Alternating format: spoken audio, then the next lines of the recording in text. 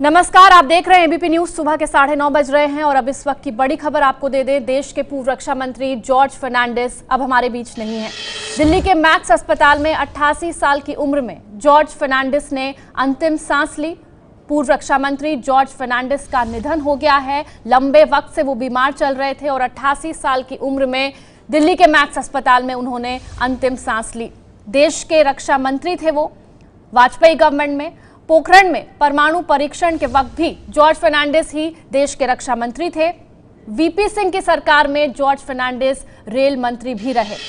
1967 में जॉर्ज फर्नांडिस पहली बार सांसद बने और 9 बार लोकसभा के सांसद रहे जॉर्ज फर्नांडिस। उनको जान लीजिए आप। वाजपेयी सरकार में रक्षा मंत्री रहे जॉर्ज फर्नांडिस 2004 तक। पोखरण परमाणु विस्फोट के समय वही देश के रक्षा मंत्री थे। करगिल युद्ध के वक्त भी वही रक्षा मंत्री थे देश के। जब जॉर्ज फर्नांडिस देश के रक्षा मंत्री थे तो कई बड़ी घटनाओं के वो गवाह भी बने। 1998 से 2004 तक वो रक्षा मंत्री रहे। पोखरण टेस्ट भी इसी दौरान हुआ था और करगिल युद्ध भी इसी दौरान हुआ। 1967 में वो पहली बार सांसद बने और 2004 तक उन्होंने 9 लोकसभा के चुनाव जीते। 9 बार लोकसभा के सांसद रहे। समाजवादी राजनीति के वो बहुत बड़े नेता थे। हमेशा कांग्रेस के खिलाफ राजनीति की, बल्कि इमरजेंसी के खिलाफ क्रूसेड चलाने के लिए भी उनके रोल को याद किया जाता है। 1994 में जनता दल छोड़कर उन्होंने समता पार्टी बनाई। वीपी सिंह की सरकार में 1989 में वो रेल मंत्री रहे। जनता पार्टी की सरकार में संचार उद्योग मंत्री रहे। तो अलग अलग विभाग उन्होंने संभाले। लंबा अनुभव था। रेल यूनियन के बहुत बड़े नेता रहे, पत्रकार भी रहे। दक्षिण में वो जन्मे और मुंबई से लेकर मुजफ्फरपुर तक उन्होंने चुनाव लड़े। 1967 से 2004 तक वो लोकसभा के सांसद रहे। देश के रक्षा मंत्री के तौर पर उन्हें याद किया जाता है। जॉर्ज फर्नांडिस अब हमारे बीच नहीं है। लंबे वक्त से वो बीमार चल रहे थे और 88 साल की उम्र में आज उन्होंने दिल्ली के मैक्स अस्पताल में अंतिम सांस ली। लंबे वक्त से बीमार थे, इसलिए सार्वजनिक जीवन में लंबे वक्त से उन्हें देखा भी नहीं गया था और अब 88 साल की उम्र में वो हमारे बीच नहीं रहे। पूर्व रक्षा मंत्री जॉर्ज फर्नांडिस का निधन हो गया है। 1998 से लेकर साल 2004 तक वो देश के रक्षा मंत्री रहे।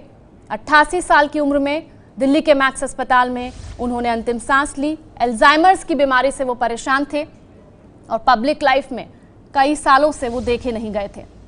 88 साल की उम्र में दिल्ली के मैक्स अस्पताल में उनका निधन हो गया। आपको याद दिला दें, करगिल युद्ध के वक्त जॉर्ज फर्नांडिस ही देश के रक्षा मंत्री थे। जब पोखरण टेस्ट हुआ उस वक्त भी जॉर्ज फर्नांडिस ही देश के डिफेंस मिनिस्टर थे। समता पार्टी के फाउंडर थे। 1994 में समता पार्टी बनाई थी जॉर्ज फर्नांडिस ने।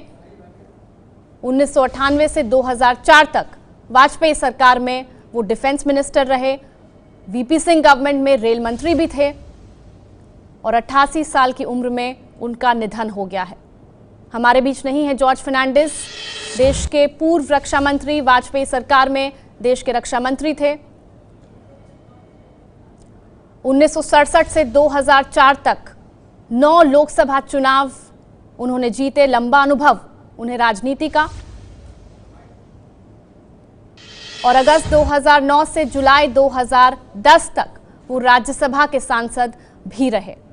और अब दुखद खबर ये कि अब हमारे बीच नहीं है जॉर्ज फर्नांडिस। देश के पूर्व रक्षा मंत्री जॉर्ज फर्नांडिस मूल रूप से दक्षिण भारत के, लेकिन कई लोकसभा चुनाव उन्होंने देश के अलग अलग हिस्सों से जीते।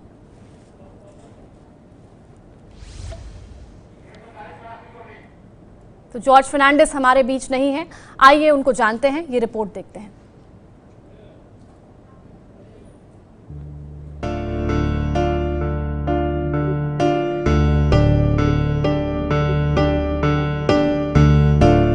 आपातकाल युग की सबसे चर्चित तस्वीर मानी जाती है ये। हाथों में हथकड़ी, बंद मुट्ठी, लेकिन चेहरे पर मुस्कान। ये तस्वीर जब भी आंखों के सामने आती है तो खुल जाता है भारतीय लोकतंत्र के काले अध्याय का पन्ना।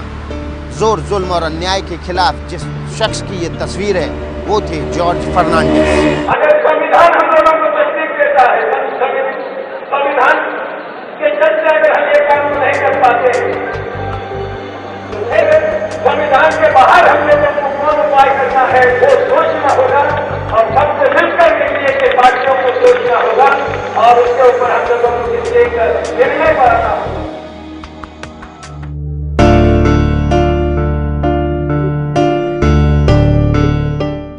जॉर्ज फर्नांडिस को पूरे भारत में तब लोगों ने जाना जब उनकी एक आवाज पर 1974 में देश भर के रेलवे कर्मचारी, जिनकी संख्या 15 लाख थी, हड़ताल पर चले गए थे। रेलवे के इतिहास में यह पहली और आखिरी दफा हुआ और उस वक्त George Fernandes railway federation men's के अध्यक्ष भी थे। जॉर्ज साहब के मन में था कि जो इस देश का रेल को बंद कर सकता है वो इस देश को चला भी सकता है। और बहुत अन्याय अत्याचार होता था रेल मजदूरों के ऊपर, और उन्होंने शुरू में समर्थन नहीं किया था रेल स्ट्राइक का, लेकिन उनके ऊपर ये जिम्मेदारी डाल दी, president of railway man union बनाया, तो उन्होंने देश भर में आंदोलन चलाने का काम किया।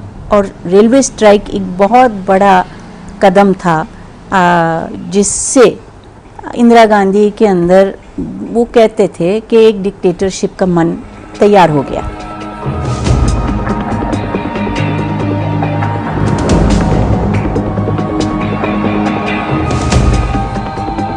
तत्कालीन प्रधानमंत्री इंदिरा गांधी ने जून 1975 में देश में इमरजेंसी का ऐलान किया तो जॉर्ज फर्नांडिस देश में इंदिरा हटाओ आंदोलन के नायक बनकर उभरे।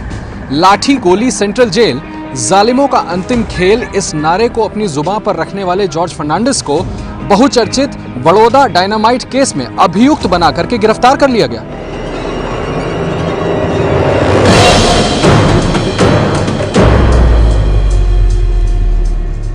वो तो यही सोचते थे कि हमको विरोध करने का एक आवाज़ उठाना, जनता कैसे आवाज़ उठाएंगे, एक विस्फोट से। लेकिन विस्फोट कभी भी किसी का जान लेवा कोई खतरा नहीं था, सिर्फ कई छोटा सा कल्वर्ट या ब्रिज या सड़क को ख़राब करने के लिए, ताकि लोग नोटिस में ले कि इस सरकार और इस इमरजेंसी के विरोध में लोग खड़े उठ रहे हैं। और फिर पकड़ा गया, जेल गए, तिहाड़ जेल, और वहाँ उनको जब कोर्ट में लाते थे तो जंजीर में पैर हाथ दोनों बांध के। और ये जब एक दिन किसी ने पूछा कि आपको क्या कहना है, तो उन्होंने हाथ उठाया, जंजीर दिखाया और बोला ये है भारत की परिस्थिति, कि भारत जंजीर से बांधा हुआ है। इमरजेंसी हटने के बाद जेल में रहते हुए जॉर्ज ने बिहार के मुजफ्फरपुर से चुनाव लड़ा और 3 लाख से भी ज्यादा वोटों से जीते। केंद्र में मोरारजी देसाई के नेतृत्व में सरकार बनी। जॉर्ज नहीं चाहते हुए भी जयप्रकाश नारायण और आचार्य कृपलानी के दबाव में इस सरकार में शरीक हुए। जेल में थे तो जयप्रकाश नारायण ने कहा था कि वो मुजफ्फरपुर से लड़े। जॉर्ज साहब लड़ना नहीं चाह रहे थे, जेल में थे, और सारे उनके समर्थक और सारी जनता जीप में उनका ये जंजीर और हाथ का फोटो जीप के ऊपर डाल के चुनाव लड़ा गया और बहुत बड़ी बहुमत से जीते, लेकिन वो खुद जेल के अंदर थे। अपने साथियों के बीच जॉर्ज और कार्यकर्ताओं के बीच जॉर्ज साहब के नाम से मशहूर जॉर्ज फर्नांडिस मोरारजी देसाई के मंत्रिमंडल में संचार मंत्री बने। उसके कुछ महीनों बाद उन्हें उद्योग मंत्री बना दिया गया। उद्योग मंत्री रहते हुए उन्होंने कोका कोला को भारत से बाहर करने का फैसला किया ताकि भारतीय पेय को बाजार मिल सके। जनता पार्टी और उसके बाद जनता दल के कई टुकड़ों में बंट जाने के बाद और राष्ट्रीय जनता दल के नेता लालू यादव से टकराव के बाद जॉर्ज फर्नांडिस ने 1994 में समता पार्टी का गठन किया।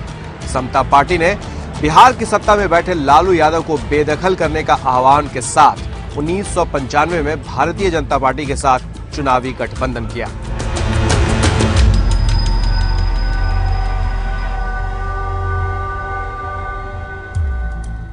राम मनोहर लोहिया और मधु लिमये जैसे नेताओं के साथ जिस जॉर्ज ने समाजवाद का झंडा बुलंद किया था, वही जॉर्ज बाद में बीजेपी जैसी दक्षिणपंथी पार्टी के साथ खड़े हो गए।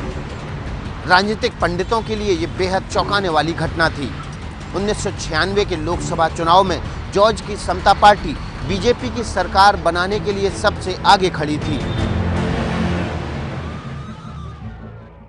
बिहार में एक तो लालू जी ने बहुत ही मजाक किया ये पूरा इकोनॉमिक रिफॉर्म का। उन्होंने सोचा कि इकोनॉमिक रिफॉर्म की बात जॉर्ज साहब चला रहे हैं तो ये मंडल को दबाने के लिए है, तो कुछ अंतर्विरोध इसमें आ गया। लालू जी ने बहुत ज़्यादा जातिवाद किया, जाति तोड़ो वाली बात नहीं की, जो डॉक्टर लोहिया और सब समाजवादी कहते थे। तो जॉर्ज साहब कई बार वीपी सिंह को बोले कि देखिए हम लोग भ्रष्टाचार के विरोध लड़ते हैं, बोफोर्स से लड़कर ही आप इधर आए। उसके अलावा हम लोग जातिवाद पे नहीं विश्वास करते हैं और इधर जातिवाद हो रहा है, हम लोग सब एक ही पार्टी में हैं, ये कैसे हो सकता है। वीपी सिंह ने कुछ नहीं कहा, कुछ नहीं बोले।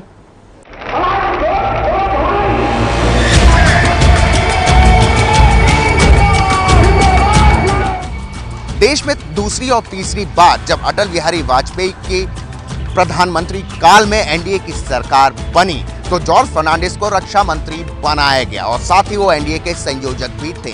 और एनडीए में कोई भी दल जब रूठता तो उसको मनाने का जिम्मा भी जॉर्ज फर्नांडिस का ही होता था, जिसे उन्होंने एनडीए के संयोजक के रूप में बखूबी निभाया भी, क्योंकि 24 दलों का एनडीए गठबंधन था।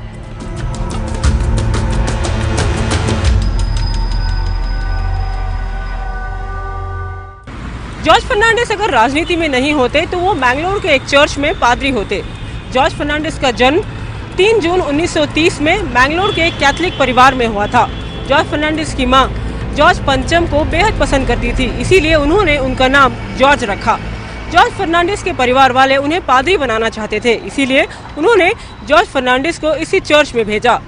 उनको उनके पिताजी ने एक प्रीस्ट बनने के लिए सेमिनरी में भेजा था, लेकिन जॉर्ज साहब 17 साल की उम्र में जब सेमिनरी गए कॉलेज के बाद, तो उनको लगा कि वहाँ जो करते थे और जो बोलते थे उस पर बहुत फ़र्क, और उनको सही नहीं लगा कि उस जीवन में कोई सच्चाई है, तो उन्होंने छोड़ दिया। उनके पिताजी नाराज़ होकर उनको घर से निकाल दिया। जॉर्ज फर्नांडिस को चर्च की जिंदगी रास नहीं आई, इसीलिए वो मुंबई चले आए और देखते ही देखते वो सबसे बड़े ट्रेड यूनियन के नेता बन गए।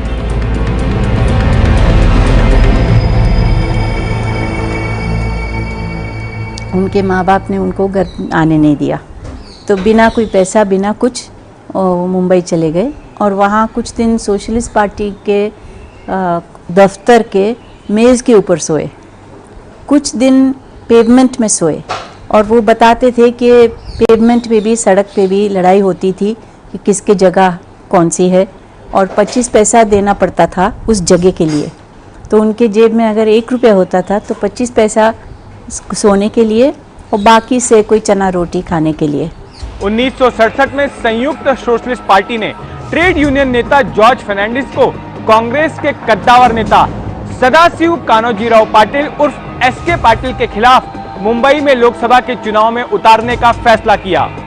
हर किसी ने यही कहा कि पाटिल के सामने जॉर्ज के राजनीतिक सफर का यही कत्ले-आम हो जाएगा, लेकिन जॉर्ज लंबी रेस का घोड़ा साबित हुए।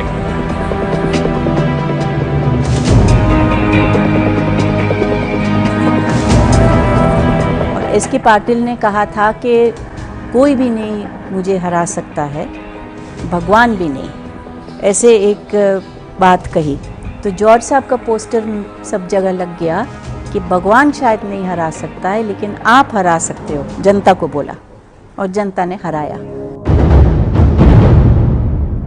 जॉर्ज ने पाटिल को हराकर न सिर्फ सभी को चौंकाया बल्कि पाटिल की राजनीतिक पारी का भी अंत कर दिया। वो अब अपनी लड़ाकू राजनीति के दम पर मुंबई के बेताज बादशाह बन गए थे। उनकी एक आवाज पर मुंबई का जनजीवन ठप हो जाता। जॉर्ज ने इसके बाद कभी पीछे मुड़कर नहीं देखा।